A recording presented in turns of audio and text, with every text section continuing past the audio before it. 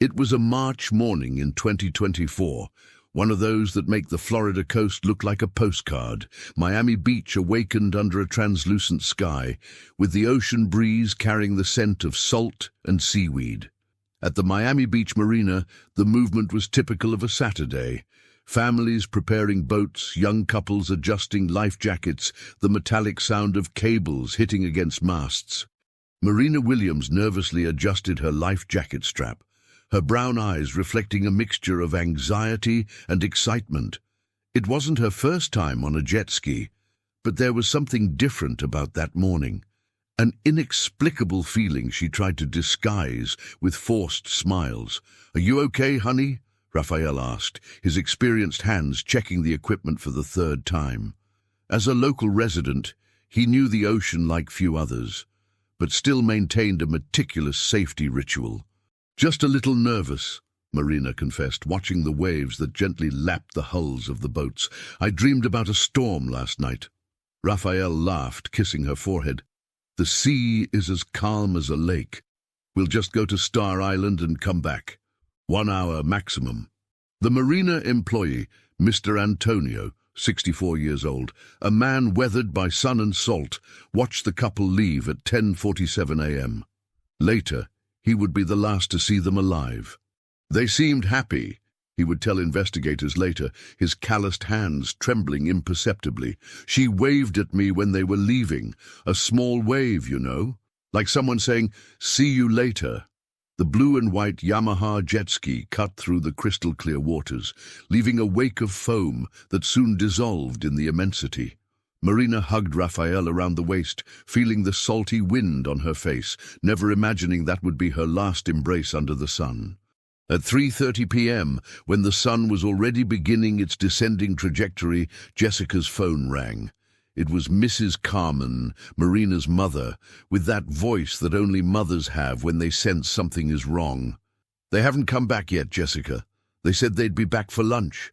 Jessica, experienced in covering tragedies for the newspaper where she worked, felt a chill down her spine. She knew Marina better than anyone. Her sister was punctual even in thoughts. The sunset painted the sky orange and red, colors that reflected in the water like diluted blood. And in the waters of Miami, the first day of a silent tragedy came to an end. There are moments when hope becomes a blade that cuts deeper than despair. Commander John Martinez received the first call at 6:15 p.m. 30 years navigating American waters had taught him that the ocean doesn't usually return what it takes, but had also given him the discipline necessary to coordinate searches, even when hope seemed lost. "Initiate search and rescue protocol," he ordered over the radio, his deep voice echoing through the operations room of the Coast Guard station. "Jet ski-type vessel, 2 occupants, last known position near Star Island." The searches began on Saturday night. Coast Guard boats cut through the dark waters with powerful spotlights, drawing circles of light that looked like small suns lost in the immensity. Police helicopters flew over the region, their blades creating ripples on the ocean surface. Jessica didn't sleep. She established a kind of command center in Marina's apartment in Miami Beach, transforming the dining table into a giant map where she marked with colored pins each area already searched. "My sister is a swimmer," she repeated to anyone who would listen. "If the jet ski broke down, she could swim to an island. She could do it." On Monday, a fisherman named Osvaldo appeared at the Coast Guard station. A simple man with hands that permanently smelled of fish and eyes faded by salt, he carried information that would change the course of the investigations. "I saw their jet ski on Saturday," he said, nervously adjusting his faded cap. But there was something strange. "They were stopped near Devil's Rocks. You know where that is? And there was another boat nearby." Devil's Rocks was a rock formation known by locals, a dangerous place where currents met unpredictably. It wasn't a place for beginners. On Wednesday, a police diver found something that made his blood freeze, pieces of women's clothing caught on submerged rocks. The turquoise-blue fabric was identical to the blouse Marina was wearing on the day of disappearance. Dr. Leticia Rodriguez, medical examiner examined the fragments with the meticulousness of someone who knows that each thread can tell a story. Laceration from friction with rocks, she noted in her preliminary report. Pattern consistent with body, dragged by marine currents. While searches intensified, Jessica began her own investigation. Rummaging through Raphael's belongings that were in Marina's apartment, she found something disturbing. A life insurance policy in Marina's name, contracted just 2 weeks before the trip. The amount was substantial, $2 million. Why didn't he tell me about this? She murmured to herself, photographing the document with trembling hands. A seed of suspicion began to germinate in her heart, growing like weeds in fertile soil of desperation. On Thursday, 7 days after the disappearance, came the information everyone feared and paradoxically expected. Debris from the jet ski was found on an isolated beach in Key Biscayne, 25 miles away. But there was something deeply disturbing about the scene. The jet ski was too intact to have been the victim of an accident. There were no collision marks, the engine was in perfect condition, and strangest of all, there was still fuel in the tank. "This doesn't make sense," Commander Martinez murmured, walking around the beached vessel. "If there was an accident, where are the marks? If there was no accident, where are they?" The Miami waters kept their secrets with the tenacity of a sealed safe, but Jessica felt she was about to find the key. The question was, would she be prepared for what she would find? Truth sometimes reveals itself not in what we find, but in what should be there and isn't. Sunday morning dawned with that raw luminosity that only the American coast knows. 9 days had passed since the disappearance, and official searches were being gradually reduced. That's when nature decided to reveal its most macabre secret. A group of Argentine tourists, taking a boat tour of the islands near Miami, spotted something they first mistook for marine debris. It was Carlos Mendoza, the guide, who first understood the dimension of the horror. "Dios mío!" he shouted, pointing to a small rocky cove on Virginia Key. "Hey, huesos!" The blue and white Yamaha jet ski was there, perfectly anchored in shallow waters, as if its occupants had simply decided to take a dive.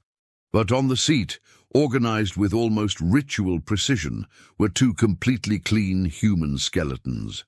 Commander Martinez arrived at the scene an hour later, accompanied by a team from the crime scene unit. An experienced man, he had seen many maritime tragedies, but never anything like that. "In 30 years of career," he said later, "I've never seen a body decompose so quickly in a marine environment, and never, ever seen bones organized this way." Dr. Leticia Rodriguez personally took charge of analyzing the skeletons. Her laboratory at the Miami-Dade Medical Examiner's Office became the epicenter of an investigation that challenged all known protocols. Accelerated decomposition could be explained by very hot waters or action of specific marine fauna, she explained to Jessica, who followed every step of the investigation. But this organization of bones, this is human work. DNA tests confirmed it was indeed Marina and Raphael. But other discoveries began to paint an even more disturbing picture. In Raphael's skull, the doctor found a small perforation at the base of the occipital.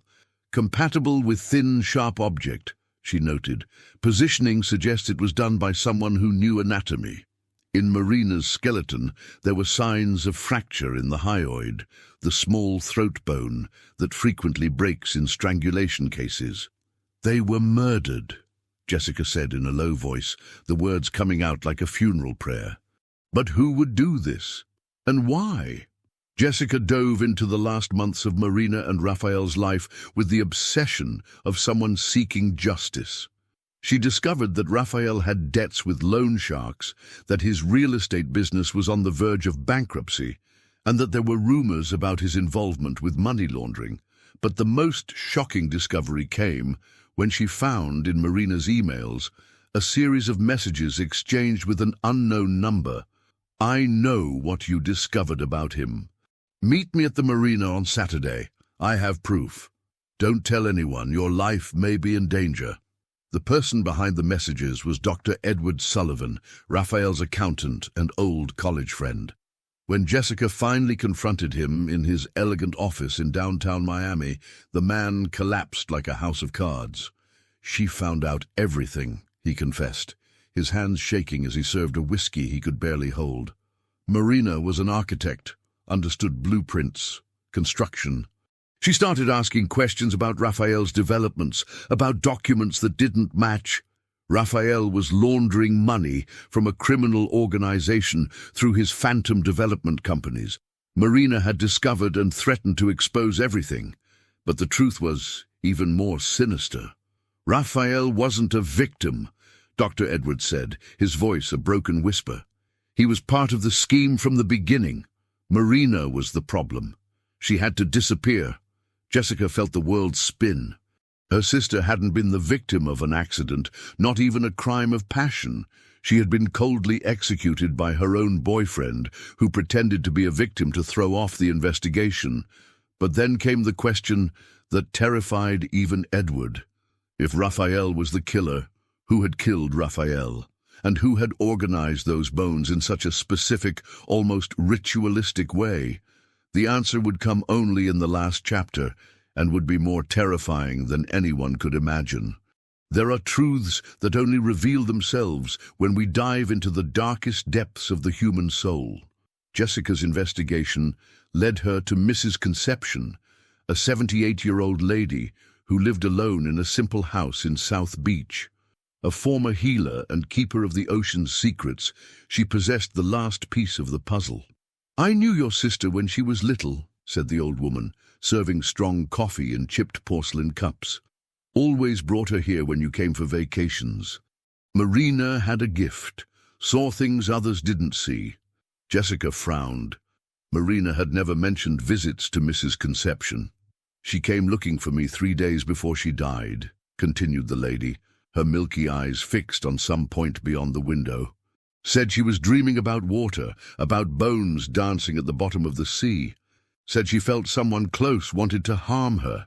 The police investigation, finally taken seriously after Jessica's discoveries, revealed that Raphael hadn't contracted just a life insurance policy for Marina. He had also contracted one for himself, for the same amount, with the same beneficiary, an offshore company in the Cayman Islands. Detective Marcus Thompson, veteran in financial crimes, explained the ingenious scheme.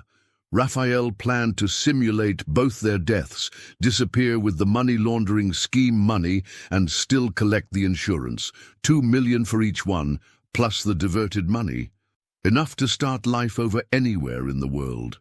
The offshore company was controlled by someone everyone knew, but no one suspected. Dr. Edward Sullivan, the accountant who had confessed everything to Jessica. He wasn't just an accomplice. He was the true mastermind of the entire operation.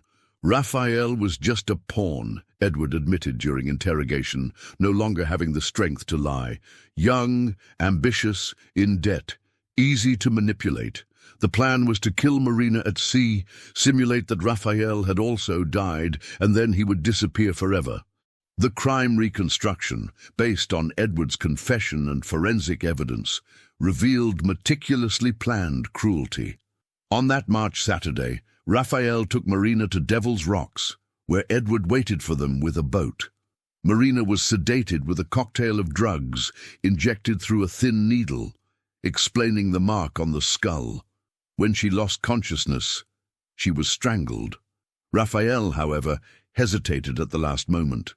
He started crying, said he couldn't live with that. Edward recounted.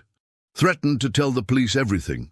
Edward had to improvise. He killed Raphael with the same needle, applying a lethal dose of fentanyl directly to the carotid artery. "But why did you organize the bones that way?" asked the detective.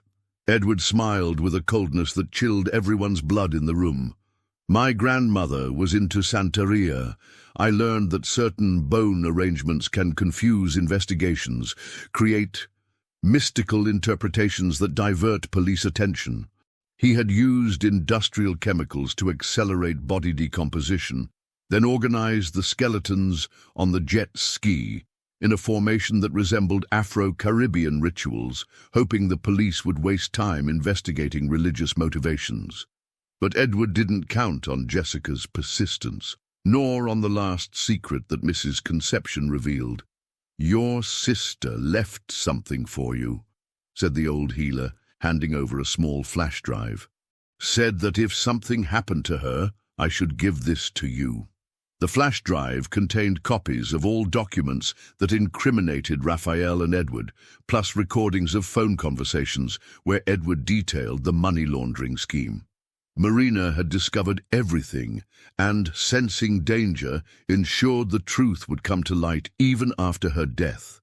Edward Sullivan was sentenced to 40 years in prison for qualified double homicide, criminal organization, and money laundering. The criminal scheme involved more than $50 million diverted over 5 years. Jessica dedicated herself to transforming the tragedy into a series of investigative reports that won the Pulitzer Prize for investigative reporting. The prize money was used to create the Marina Williams Institute, which offers free legal assistance to families of violent crime victims. 6 months later, Jessica returned to Miami for the first time. She walked to the beach where Marina used to play as a child, carrying a wreath of white flowers. "The ocean returned you to me in a different way," she said to the waves, "but it returned you." Mrs. Conception, who accompanied her to the beach, placed her hand on the young journalist's shoulder. "The ocean doesn't forget, child. It keeps the stories but also demands justice. Your sister can rest now." The waves lapped the sand, taking the flower petals to the infinite horizon. In one of the waterfront houses, a family was preparing a jet ski for a morning ride, laughing and playing, unaware that the ocean awaiting them held memories of love, betrayal, and a justice that only the deep waters know. Miami continued beautiful. Its crystal-clear waters continued attracting visitors from all over the country. But whoever knew the story would know that beneath that serene surface, invisible currents eternally carry the echoes of interrupted lives and truths that not even death could silence. In memory of all victims whose voices the ocean still echoes, and of all those who never give up searching for truth in the darkest depths of the human condition.